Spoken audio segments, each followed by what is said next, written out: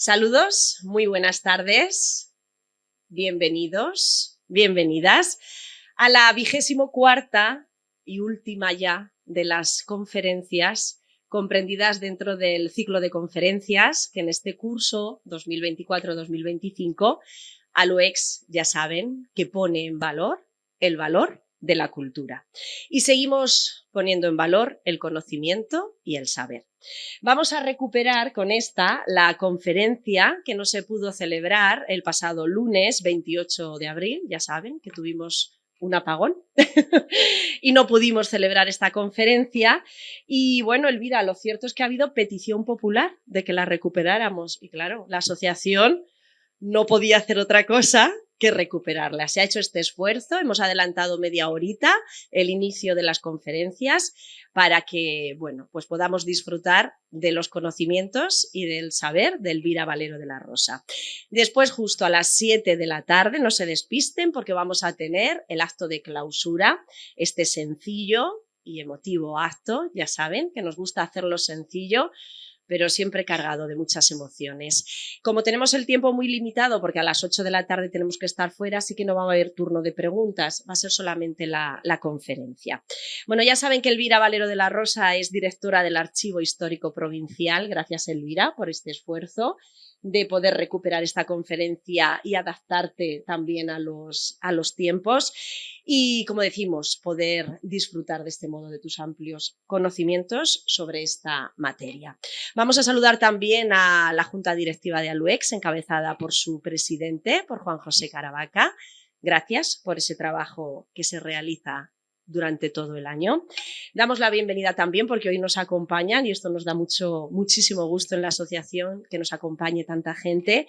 Bueno, pues a los concejales del Ayuntamiento de Albacete, a Julián Garijo y a María José López, gracias también por estar aquí. A la diputada nacional por el Partido Popular, María José Gil, también una clásica en este ciclo de conferencias, muchas gracias. Al también concejal y diputado provincial en Albacete, al José González, gracias también, como no, por acompañarnos. Al delegado de Educación, Cultura y Deportes de la Junta de Comunidades de Castilla-La Mancha en Albacete, Diego Pérez, gracias también. Contamos también con la presencia y le agradecemos al comisario del Grupo de Operaciones de la Policía Nacional, Antonio López. Gracias por acompañarnos, por supuesto. A Miguel Ángel de la Torre, nuestro penúltimo ya conferenciante, su delegado de Defensa en Albacete. Gracias también, por supuesto, por estar aquí. Queremos agradecer también a David Carrilero, es manager de sostenibilidad de la empresa RES. Gracias. Al director gerente de Aguas de Albacete, Pepe Beldamores. Muchas gracias también por acompañarnos. A su lado, bueno, hay varios de los conferenciantes. Gracias, porque también es una manera de apoyar esta conferencia y este acto de clausura. Diego Quirós, también contamos con Raquel Iranzo, que hace poquito también dio su conferencia, Pilar Córcoles también nos acompaña, Dori González, Miguel Lucas, que también estaba por ahí, y si hay alguno más que no he visto porque ha entrado un poquito después, bueno, pues gracias también por acompañarnos y por estar aquí. Por supuesto, a nuestras intérpretes de lengua de signos. Ya saben que durante todo el curso nos han estado acompañando para conseguir, para llevar, gracias a esa colaboración o a ese apoyo de la Diputación de Albacete, para llevar estas conferencias a todas aquellas personas sordas y que de este modo el conocimiento sea accesible para todo el mundo. Carmela y Adela, nuestras compañeras gráficas, muchas gracias también por ese trabajo de todo el año. Hoy además vamos a tener un plus, lo veremos después. Ya saben que esta conferencia la pueden ver en la página web, gracias a ese trabajo de la Diputación de Albacete y también en la página web y en las redes sociales de ALUEX. A los medios de comunicación, gracias siempre, especialmente a la Tribuna de Albacete, todas las semanas esa entrevista que realizan a nuestros conferenciantes y los martes, mañana mismo, la entrevista la pueden leer en la contraportada de este medio de comunicación, de la Tribuna de Albacete. Y, por supuesto, yo diría que a los más importantes o igual de importantes a todo nuestro público fiel, socios, socias de ALUEX, gracias también por estar aquí. Bueno, Elvira Valero de la Rosa es funcionaria del Cuerpo Superior de Archivos de Castilla-La Mancha y ocupa el puesto de directora del Archivo Histórico Provincial en Albacete desde el año 2007. Es licenciada por la Universidad Nacional de Educación a Distancia en Filología Española, con la especialidad universitaria en Archivística, también por la UNED y por la Fundación Carlos de Amberes. Posgrado superior en Historia de la Administración en España, también por la UNED, máster en Investigación en Humanidades, Cultura y Sociedad por la Universidad de Castilla-La Mancha. Bueno, ha impartido muchísimos cursos de formación en la Escuela de Administración Regional de la Junta de Comunidades de nuestra región y también en otras administraciones. Los temas, como se pueden imaginar, muy variados, pero principalmente sobre archivística, archivos administrativos, gestión del archivo de oficina, atención a usuarios en centros culturales, legislación sobre acceso a la documentación y fuentes documentales para la investigación. Tiene 17 publicaciones en revistas como Albasid y Anaquel, Boletín de Libros, Archivos y Bibliotecas de Castilla-La Mancha, tiene 3 obras monográficas y ha colaborado en numerosas publicaciones colectivas. Elvira afirma que la actividad que más le gusta es la divulgación de los fondos documentales del archivo histórico. Bueno, pues y por este motivo, de ahí es que todos los años lleve a cabo alguna exposición documental. Hace relativamente poco ha tenido 2, Mujer, Nobleza y Poder del Archivo Histórico de la Nobleza, que se muestra en la sala de exposiciones de la Delegación de Administraciones Públicas, y Transformación Digital, y la propia del Archivo Histórico, que esta es la que se inaugura en junio y que llevará por título 5 mujeres nobles de Albacete y su destino. Bueno, les invitamos, claro, también a que la visiten. Bueno, vamos ya con esta conferencia, que tenemos el tiempo muy justo. Elvira nos dará a conocer cómo la historia del uso del agua en Albacete está íntimamente ligado a su origen y también a los asentamientos humanos desde épocas prehistóricas. Se trata de un recorrido histórico desde la acequión hasta épocas más recientes, con grandes infraestructuras hidráulicas como el canal de María Cristina. Bueno, vamos a darle un fuerte aplauso a Elvira, ¿cómo no?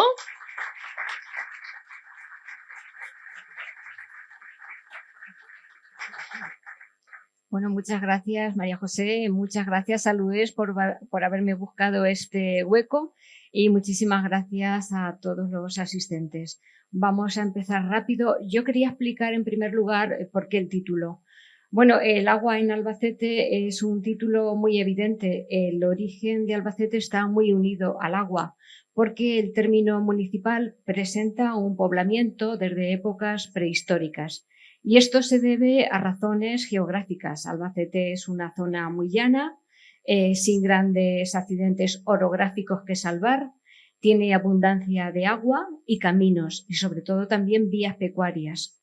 Además, estas seguramente proceden de tiempos protohistóricos. El agua era fundamental para fundar asentamientos. Por eso nosotros nos vamos a remontar a la Acequión. El Acequión es un yacimiento arqueológico, el de más valor y más antigüedad de nuestro término. Procede de la Edad de Bronce y tiene unos 4.200 años desde hoy en día. No es el único poblamiento que hubo en tiempos prehistóricos alrededor de las zonas húmedas o con agua de Albacete. En el Salobral, por ejemplo, en el Torrejón también se han encontrado yacimientos de la Edad de Hierro. Los íberos se han encontrado la famosa bicha de Balazote en Balazote, pero también necrópolis íberas en las inmediaciones del Salobral, Casa del Alcaide, Ollavacas, Melegriz. Bueno, con esto es la razón de por qué empezamos en el Acequión y por qué, no sé si el micrófono se oye bien, y por qué terminamos con el canal de María Cristina. Pues porque nos vamos a referir a una época en la que el desarrollo y el aprovechamiento del agua se hace de una forma preindustrial. Es decir, los medios que tienen para coger ese agua y aprovecharla son muy rudimentarios y muy sencillos. La captación de agua son pozos, charcos, lagunas, navas. Los métodos de elevación del agua es la noria. y solamente se riega a base de acequias por inundación. Además, en esta época el hombre dependía muchísimo de la naturaleza y, aunque nos parezca mentira, de la providencia. Se tiene un conocimiento de la sociedad muy dependiente de la voluntad de Dios, de la providencialista es este sentimiento que tienen ellos.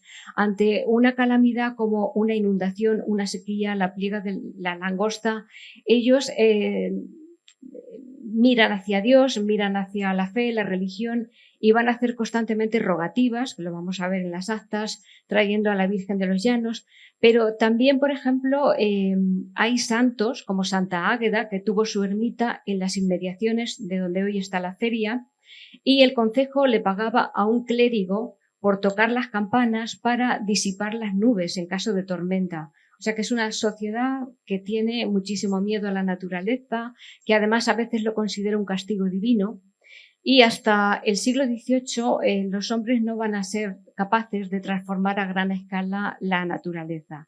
Sin embargo, con el canal de María Cristina, a principios del siglo XIX, entramos en una época de la gran hidráulica, de grandes obras de transformación de la naturaleza.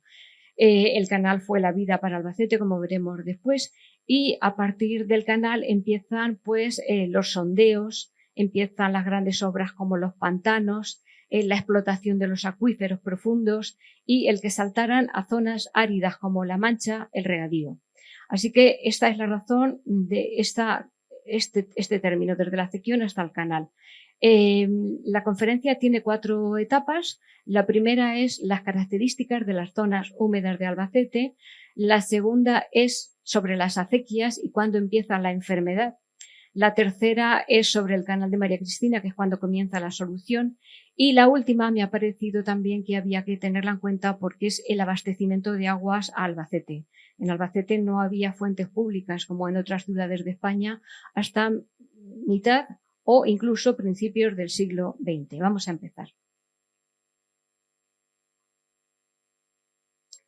Comienzo con esta frase de un libro de don Juan Manuel, el libro de la caza. Él era señor de Villena, señor por tanto de este territorio.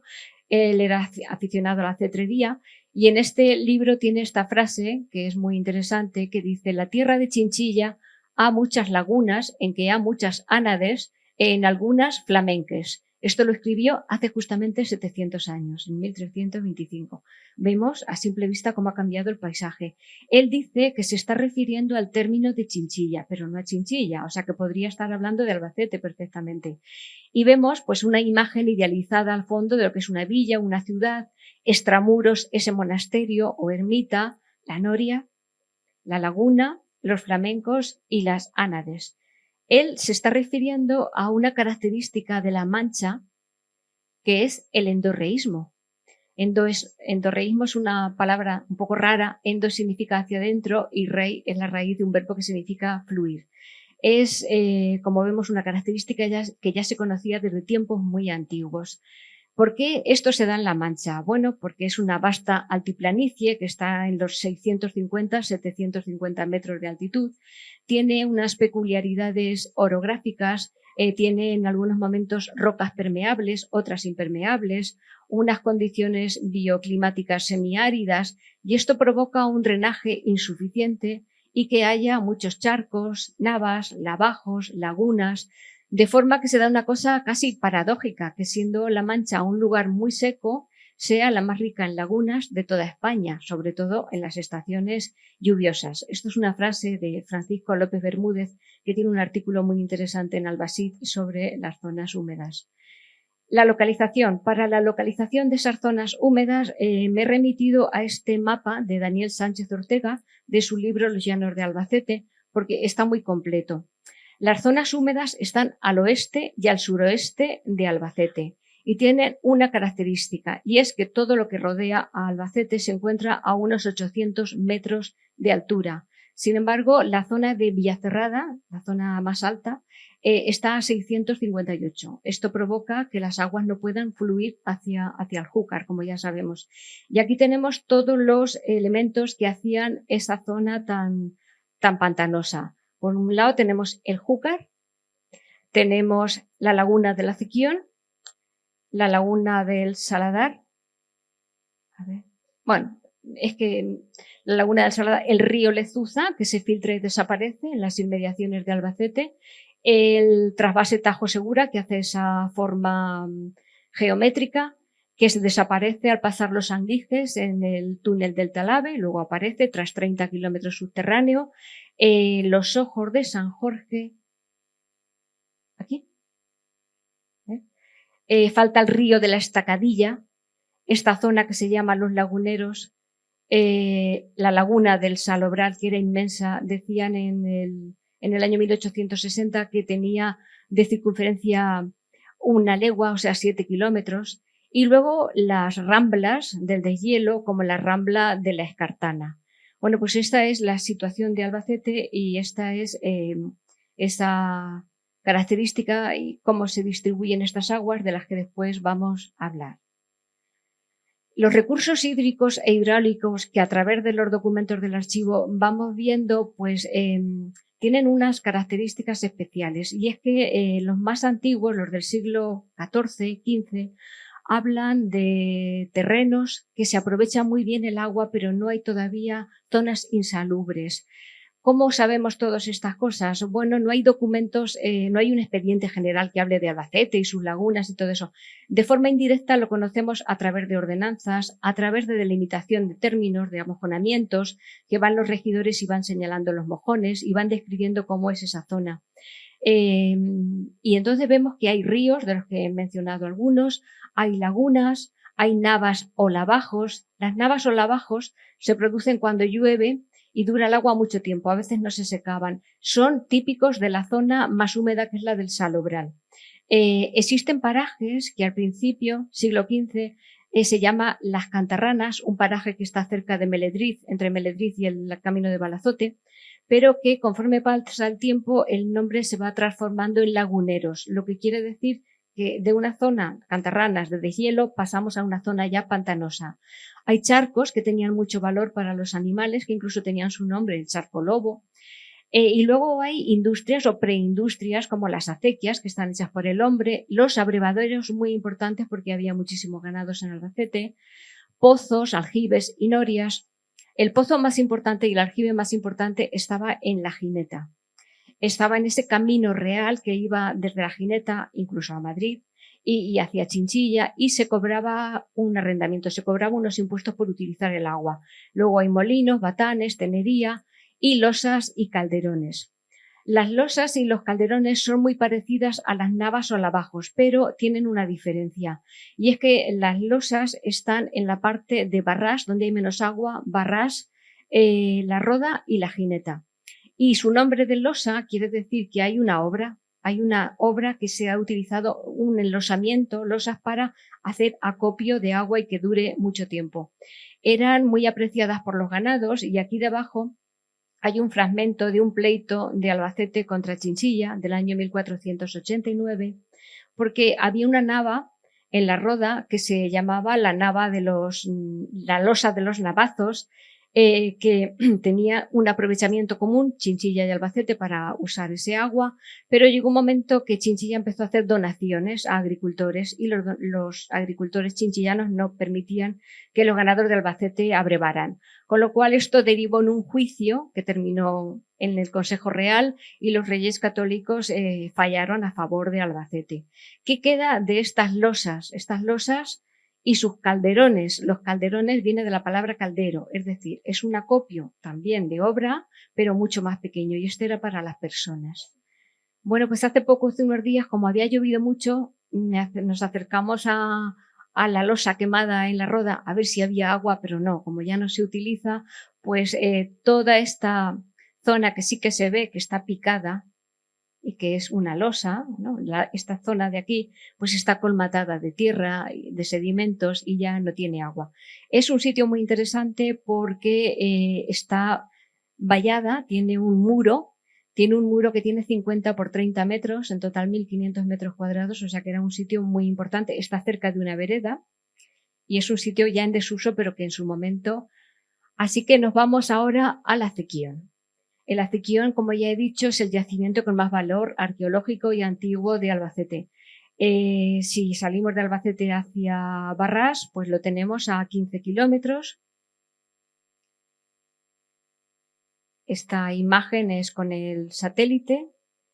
Ahora quiero que se fijen en esos círculos tan característicos que vemos en el satélite. Al final diremos por qué y cómo se han formado. Este es el Acequión visto desde arriba. Allí al fondo se ve Albacete y la carretera de Barrás. Lo único que queda de aquella laguna tan grande es el color gris que hay en el subsuelo, en el suelo. Eso es por las tierras de Gley, que quiere decir que ahí hubo una laguna. Ahora lo que vemos del Acequión es solamente ese túmulo circular que sobresale, que tiene mampostería. Pero viendo, por ejemplo, las imágenes del satélite del vuelo americano del año 55, se notaba todavía que la zona estaba húmeda. Lo que es el túmulo circular se ve igual, pero conforme vamos pasando los vuelos, vamos viendo que cada vez la zona es más seca. Este es de los años 90 y este es del año 2007. Se va viendo que va ganando terreno la aridez. Hasta los años 50 o 60 todavía se podía incluso navegar, iba la gente a bañarse, incluso se ahogaron varias personas en la laguna. Al fondo se ve lo que es la isleta. No es que la laguna todavía estuviera viva, la laguna se desecó con el canal de María Cristina, pero el nivel freático era muy superficial y cuando llovía se llenaba de agua. Aquí hay una foto de la gente de Albacete en verano que iba a pasar allí los domingos a merendar, a refrescarse un poquito, y se ven los muros de mampostería, porque en realidad el Acequión pues es un yacimiento arqueológico que se generó en la Edad del Bronce, como he dicho, 2200 años y 1500 antes de Jesucristo, y se formó porque en esa época hubo una sequía que duró 600 años. Y la gente fue viendo cómo se secaban las fuentes, los ríos, las lagunas, y en el último sitio donde desapareció el agua, ellos ahí hicieron un pozo. Y alrededor de ese pozo, que era un bien muy preciado, hicieron una muralla concéntrica. Alrededor de esa otra muralla para guardar los animales, los cereales, y alrededor otra donde hacían cerámica. Estas morras, se llaman morras o motillas en Ciudad Real, bueno, pues son características de La Mancha, no existen en otro lugar del mundo y están en la llanura manchega cada 4 o 5 kilómetros y siempre cerca de alguna línea de agua. Después el agua volvió al Acequión, se volvió a llenar la laguna y estos pobladores se marcharon. Esta es la forma que tenía la laguna del Acequión en un mapa de finales del siglo XIX y lo he puesto porque alrededor de esa laguna había unos caminos muy antiguos y muy importantes, se llamaban caminos reales. Caminos reales quería decir que eran oficiales y eran caminos que tenían la salvaguarda, la protección del rey, pero también llevaban a puntos donde había que pagar impuestos. Tenía también una vereda o una cañada que va desde Extremadura hasta Murcia y un abrevadero. Y además tenía un puente muy importante. Había 3 puentes importantes en Albacete y este era uno de ellos. Las fuentes escritas más antiguas que ya van hablando de estas zonas húmedas de Albacete son las fuentes árabes. Hay un cronista que va acompañando al califa Yusuf I en una campaña militar que hace desde Andalucía hasta Huete, Cuenca, y dice que acampan el día 10 de julio de 1172 en el Marjal, en esa palabra árabe marsh, al-Basit, donde las tropas hacen acopio de agua, de alimentos y al día y medio parten hacia el Júcar. En ningún momento el cronista dice que haya pantanos, que haya algo que esté mal, o sea que creemos que el agua en Albacete fue deteriorándose poco a poco, como vamos a ver. El siguiente documento donde yo he visto el nombre de Acequión, pues lo encontré en el archivo de la Real Chancillería de Granada y es una provisión en la que los pobladores de Chinchilla dicen que tienen un privilegio porque don Juan Manuel, el del libro de la caza, les dio varios terrenos para que se poblaran mejor. Don Juan Manuel vivió entre 1282 y 1349. Uno de ellos fue el Acequión.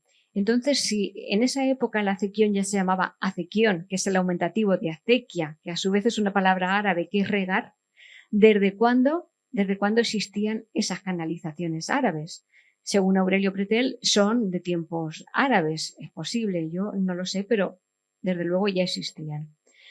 Y aquí tenemos el documento de 1414-1415, cuando se le adjudica el término a Albacete, y aquí ya se habla de cuando se limita y se ponen los mojones, ya se habla de Acequión, de la nava de Acequión, y se habla también de Albacete y se dice que tiene su acequia que llega hasta un paraje que se llama la Santa Cruz.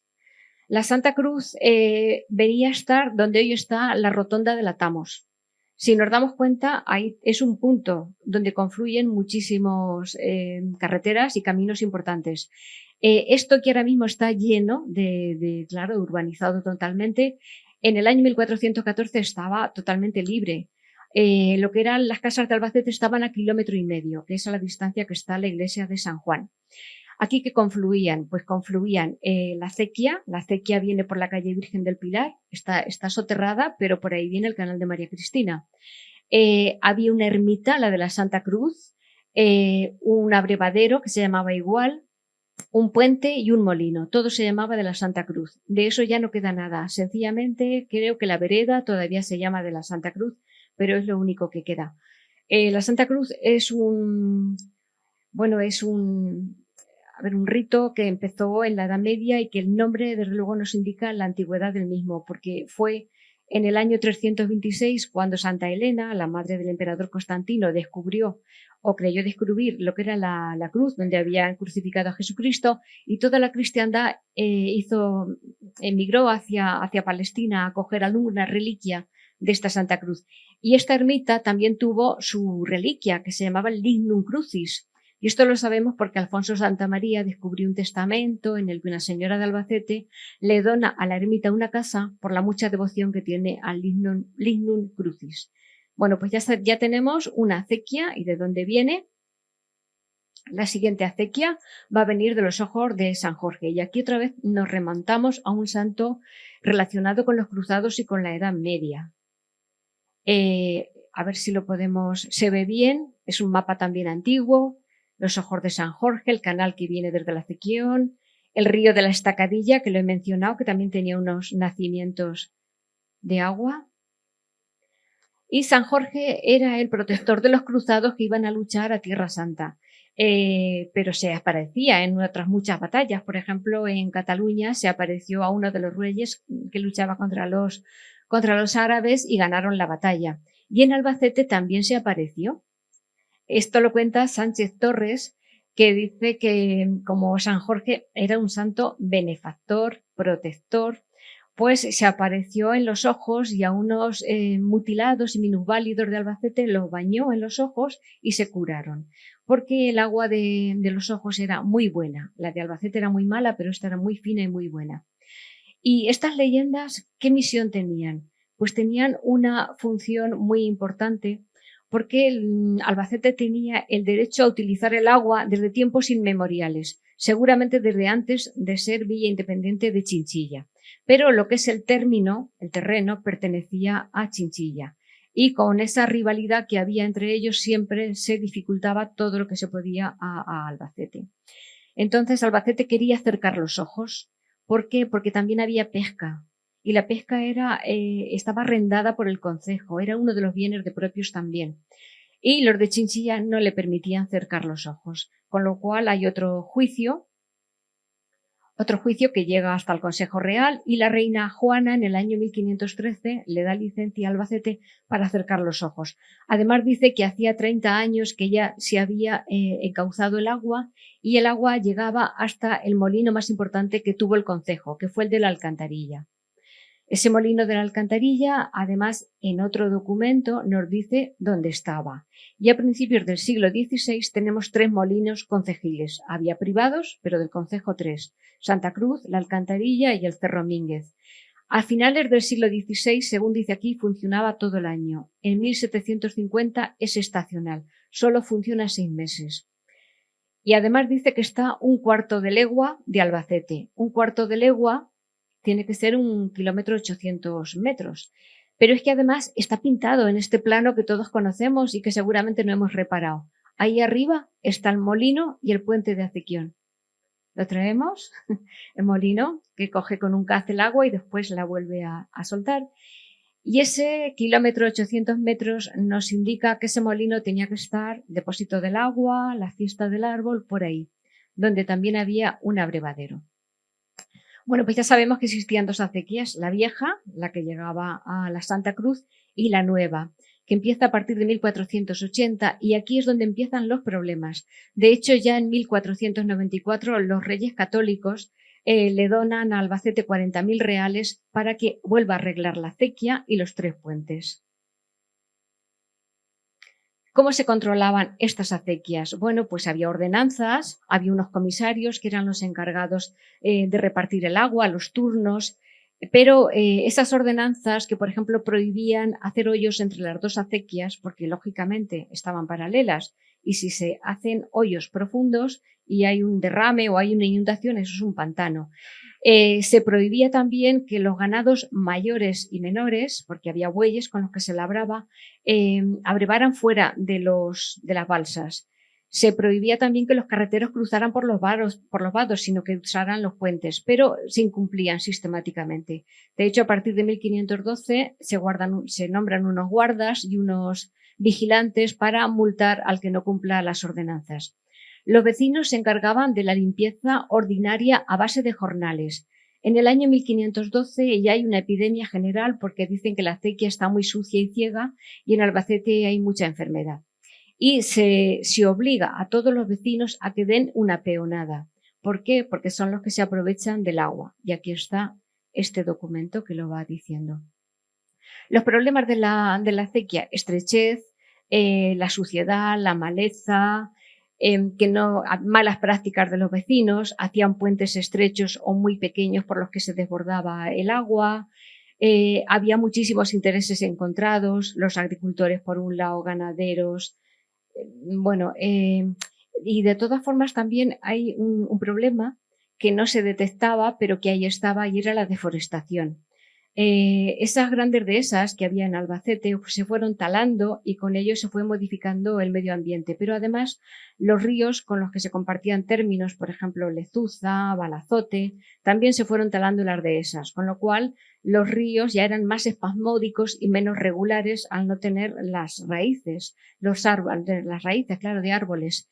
Y además hay otra circunstancia que es la pequeña edad glaciar, ese cambio climático que hay desde el siglo XVII hasta una fecha indeterminada del siglo XIX, bajan las temperaturas, hay grandes inundaciones, precipitaciones acumuladas en unas épocas, y estas precipitaciones son muy abundantes en el siglo XVIII. Me ha llamado la atención, por ejemplo, en 1764, la primera vez que dicen que hay 4 meses que están nevando y lloviendo sin parar, que hay 3 leguas alrededor de Albacete, hacia Balazote, todo es un pantano, que por instantes se van viendo cómo las aguas se van acercando a Albacete.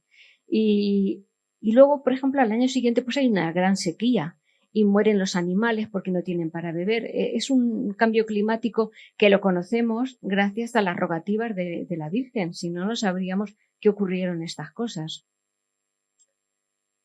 Esto es un ejemplo de esa maraña de acequias que existían. Este plano es de 1771 y se hizo por un conflicto que hubo entre 2 terratenientes en esta zona del río de Don Juan, que es el que viene de Balazote, y está en término de la Herrera, y quiero que vean la cantidad de acequias, el río que se llama La Madre y todas las casitas que son molinos. Son acequias que no tienen drenaje, sencillamente el agua iba regando los puntos, las tierras, pero no había luego un colector que otra vez las volviera a reunir, como hizo luego el canal de María Cristina. Así que las aguas iban regando y se filtraban, con lo cual el nivel era muy superficial y se producían todas estas enfermedades. Comienza la solución al problema. En 1784-87 empieza el primer expediente de limpieza general, y no con la peonada de los vecinos, sino que el ayuntamiento ya lo encarga, lo hace de forma ya como una empresa. Se dice que hay que limpiar la acequia, siempre se habla de limpieza, pero no se habla de drenaje, y este es el problema. Hay que limpiar la acequia desde el paraje de la Cañada de las Torreras, que está en Malpelo, porque desde ahí, ya desde Malpelo, el agua baja directamente al Júcar. Son 15.560 varas de distancia, unos 13 kilómetros que hay que limpiar a base de pala, y se contratan a unos palafangueros de la huerta de Orihuela que son especialistas. Y además, por primera vez se dice cómo se tiene que hacer de hondo, cuánto debe de medir. Es un proyecto ya muy consciente del problema que hay en Albacete. Se retoma el proyecto que había hecho Fray Marcos de Santa Rosa, que era un fraile de Madrid, que era arquitecto y también ingeniero, y había propuesto la solución al problema, que era reunir todos los ojos, nacimientos, Ollavaca, Albaidel, los ojos de San Jorge, Pozancos, reunirlo todo en una sola canal que llegara hasta el río Júcar. Pero por falta de dinero pues se deja estar, hay varias intentonas de hacer este proyecto y se va siempre dejando porque no hay dinero. ¿Cómo era Albacete entonces? Pues tenía en 1786 6.679 habitantes, muy poquitos, y además a veces había años en que las defunciones superaban los nacimientos. Por ejemplo, Roaeros Tarbe dice que entre 1803 y 1805 nacieron 700 personas y murieron 1.800, con lo cual el camino que llevaba Albacete era de desaparecer. Sánchez Torres dice que las inundaciones y el mal olor, las enfermedades tercianas, que eran paludismo, se llamaba tercianas porque daba la fiebre al tercer día, calenturas, que eran fiebres tifoideas, pues hacían que fuera... Las inundaciones de las calles eran continuas. Por ejemplo, dice que el agua de los pozos no hacía falta el cubo, se tocaba con la mano. Las tinajas flotaban en los sótanos, las viviendas se hundían por las filtraciones. Y moría tanta gente que no daba tiempo a avisar a los curas. Había un acuerdo. Los que tenían un moribundo en casa ponían un papel blanco en la puerta y los curas ya salían a pasear por Albacete.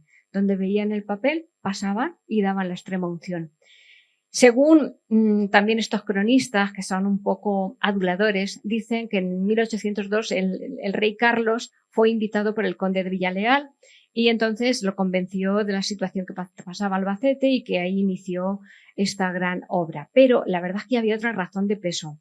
En el año 1754 los ilustrados habían hecho las grandes carreteras que comunicaban España desde Madrid, las 6 carreteras radiales con el resto de puntos, uno a Francia, otro a Valencia, otro hacia el sur, hacia Portugal, y por Albacete pasaba el Camino Real que iba de Madrid hacia Murcia, Valencia y Alicante.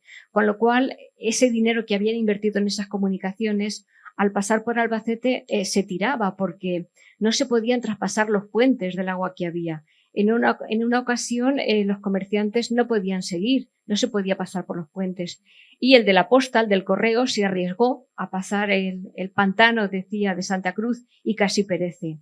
Entonces esto no podía seguir. Así que el Estado no tuvo más remedio que hacerse cargo de esta gran obra que consistía en reunir todos estos parajes que he dicho que tenían tantas aguas en un solo canal, que era el punto, se llamaba Reunión, y desde ahí, ya que estaba a 5 kilómetros de Albacete, encauzarlo todo y llevarlo hasta el río Júcar. Esto es una imagen de aquel canal.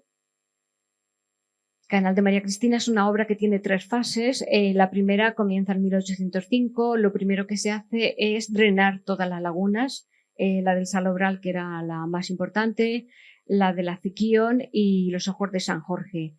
Con la Guerra de la Independencia se paralizan las obras, pero se vuelven a retomar en 1816. Se perfeccionan las obras. Además fue muy importante porque se recuperaron 9.000 fanegas de terreno que estaban incultas. Es más, los dueños ya no sabían ni que tenían tierra y entonces hubo que amojonar y dárselas otra vez a los dueños, con lo cual fue un beneficio para Albacete tremendo. Se mejoró la salubridad, aumentaron los nacimientos. En esta segunda fase se perfecciona también, hubo un tribunal de justicia con jurisdicción civil y criminal para controlar los riegos y el agua. Y además se creó la Casa del Canal, que estaba en la calle Mayor, todavía existe el sitio, que era la Casa de las Comedias, es donde estaba el punto de control y administración del canal. Pero ¿qué pasó? Pues que fue decayendo porque murió el director económico, pasó a hacerse cargo del canal la Diputación y fracasó. La tercera fase, en 1830-60, toma el control Cano Manuel. Y entonces hay un proyecto muy curioso, pero menos mal que no se hizo, que quería reunir todas las aguas del río Balazote, incorporar las del Arquillo, que está en el Robledo, los ojos de Villaverde, que están también en términos del Robledo, pero cerca del Ballestero, y hacer navegable el canal de María Cristina. Menos mal que no se llevó a efecto, ¿no? Y pasa a depender de los bienes nacionales, de Hacienda, hay mucho fraude, no se controlan las cuentas y cae otra vez el canal. Y se deja que Albacete lleve el canal como puede. En el año 1861 hay inundaciones que son tremendas y provocan muchísimas muertes en el Salobral y en Albacete, y el Ministerio de Fomento se vuelve a hacer cargo de la obra. Este es el proyecto, esto es inédito. Nadie lo ha visto, igual que el otro plano que he puesto de 1771. Son documentos que nos han salido al volver a describir algunos fondos. Es maravilloso este plano, porque es el que se hace después de las inundaciones del Salobral. Y, a ver, aquí, la laguna del Salobral tan grande, aquellas zonas, la fuente del Charco, me parece que es, y aquí una aldea que se llama Aldea del Pasico, que esto va a tener una importancia tremenda. ¿Qué más quería decir yo de este plano? Sí, que con esas zonas encharcadas que se recuperaron, se fundó luego Aguas Nuevas. Y luego en el Pasico, sobre los años 60, haciendo unos sondeos, se descubrió una abundancia de agua en el subsuelo tremenda. Eso cambió la economía de Albacete y la agricultura, porque se pasó de tener una zona árida a tener regadío en La Mancha, que es una cosa impresionante. Claro, se empezaron a explotar esos acuíferos profundos que cada vez vemos que el nivel, claro, el nivel freático es más bajo. Esto era la zona de las aguas estancadas en 1863, desde La Lobera, San Jorge, Casa de las Monjas, Albacete. La trayectoria del canal por el centro de Albacete y los puentes. Con el canal se hicieron muchísimos puentes, algunos de gran importancia. Hubo 3 puentes importantes que se hicieron de piedra de sillería. Este es el mapa donde se situaban. El 1, el puente de San Antón, que es por donde pasaba el ferrocarril, que es hoy en día el Paseo de la Cuba. El 2, el puente de la carretera de Madrid, que es hoy en día pues la avenida Menéndez Pidal. El puente del Vado de los Bataneros arriba, el puente del Lavadero y el puente de la Alfonsica. Pero curiosamente todavía queda alguno. Estos son fotografías antiguas. Este es el de la carretera de Madrid, visto desde otro punto de vista. Este es el del tren, también se llamaba de la Maquinilla. Y estos son los de segunda categoría. De estos se hicieron 8 y todavía quedan algunos, porque en la página web de la red de canales, del canal de María Cristina, me he descargado yo algunas fotografías que, comparando con el proyecto, que está en el archivo histórico, pues se ve que son los puentes de segunda categoría, que todavía queda alguno. Y luego había alcantarillas, es una fotografía antigua de Julián Collado, menores. Pero para Albacete el canal, bueno, pues aparte de lo que he dicho, la salubridad que se ganó, el regadío, el drenaje, pues lo primero que tuvieron los albacetenses en la primera fase fue playa. Fue playa, sí, porque había una zona que se llamaba el Vivero o la Huerta del Rey, donde se plantaron 9.000 olmos para poder reponer lo que se necesitaban para la obra del canal. Y allí, entre aquellas sombras, pues se habilitó una zona para el baño. No eran baños mixtos, por supuesto, tenía que haber de distancia entre los hombres y las mujeres 1,5 kilómetros. Pero bueno, pero hubo. Y además, en el periódico, por ejemplo, este periódico lo he cogido, me gustó la fecha, 8/8 de 1888, pues había unos baños, salía este carro atartanado, costaba 50 céntimos y la gente ya contó en verano con unos baños. También con un lavadero, que no existía un lavadero público. Y así llevamos hasta el abastecimiento del agua a la población, ¿Cómo bebía la gente el agua? Bueno, pues o de los pozos que estaban contaminados porque eran superficiales y había pozos ciegos al lado en las casas, o las norias. Las norias cogían los carreteros, aguadores, llenaban sus cubas y la vendían. El primer proyecto de agua fue de los Ojos de San Jorge. Comenzó en 1793, pero no progresó porque la Academia de San Fernando puso algunas objeciones al proyecto. De todas formas, la traída de los Ojos de San Jorge tenía un problema, y es que hay muy poco desnivel, solamente 5 metros, con lo cual las fuentes solamente se podían poner en la calle de la feria. La empresa del ferrocarril necesitaba para sus locomotoras el agua, y entonces se ofreció a poner algunas fuentes a cambio de darle permiso al ayuntamiento, pero no llegaron a un acuerdo, hubo muchos problemas y aquello fracasó. En el año 1868 la empresa de ferrocarril hizo un pozo artesiano en las inmediaciones para las locomotoras y encontró el agua a 86 metros de profundidad. Al marqués de Salamanca le dio envidia para su finca de los Llanos, volvió a hacer otro pozo artesiano, llegó casi a los 200 metros y no encontró agua. Estos son los dos pozos, los primeros que se hacen en España, los primeros sondeos, y se hicieron aquí en Albacete. Hasta el año 1905 no hubo una fuente de agua pública en Albacete. Fue inaugurada aquí, en el Altozano. He puesto esta foto porque podemos ver el ayuntamiento aquí, pero como era antes de la reforma que se hizo en 1905. La audiencia antigua, y esta es la fuente del Altozano. Los Ojos de San Jorge, ese sitio tan emblemático. ¿Qué queda? Pues nada, esta noria, que es moderna, por supuesto, y que además está descontextualizada porque nunca hubo noria. Esos canales, que son como cañones de lo horadados que están. Y esto es lo que se llamaba el ojo del corregidor, porque fue el corregidor José Godino el que quiso traer el agua en 1793, con esa muralla, que sí que se amuralló, que quiso hacer Albacete y que no le dejaba Chinchilla.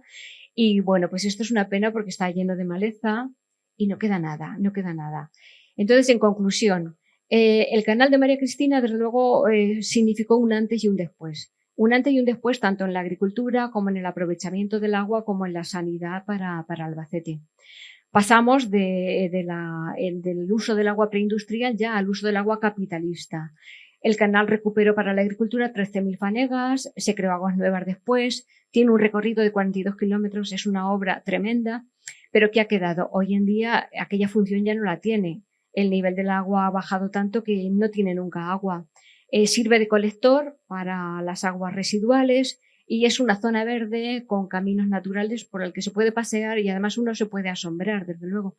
Lo que hemos perdido, pues los humedales, que ya son irrecuperables. Y bueno, pues con esto terminamos esta conferencia.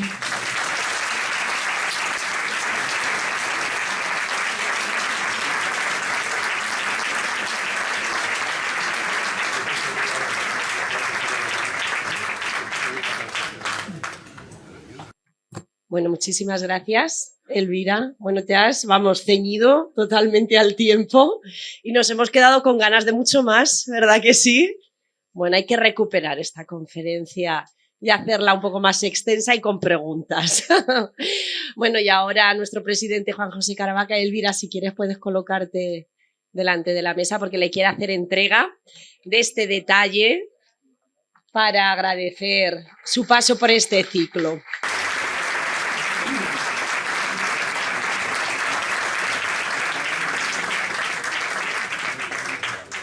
Bueno, muchísimas gracias, de verdad, Juanjo, gracias. Y gracias, Elvira, también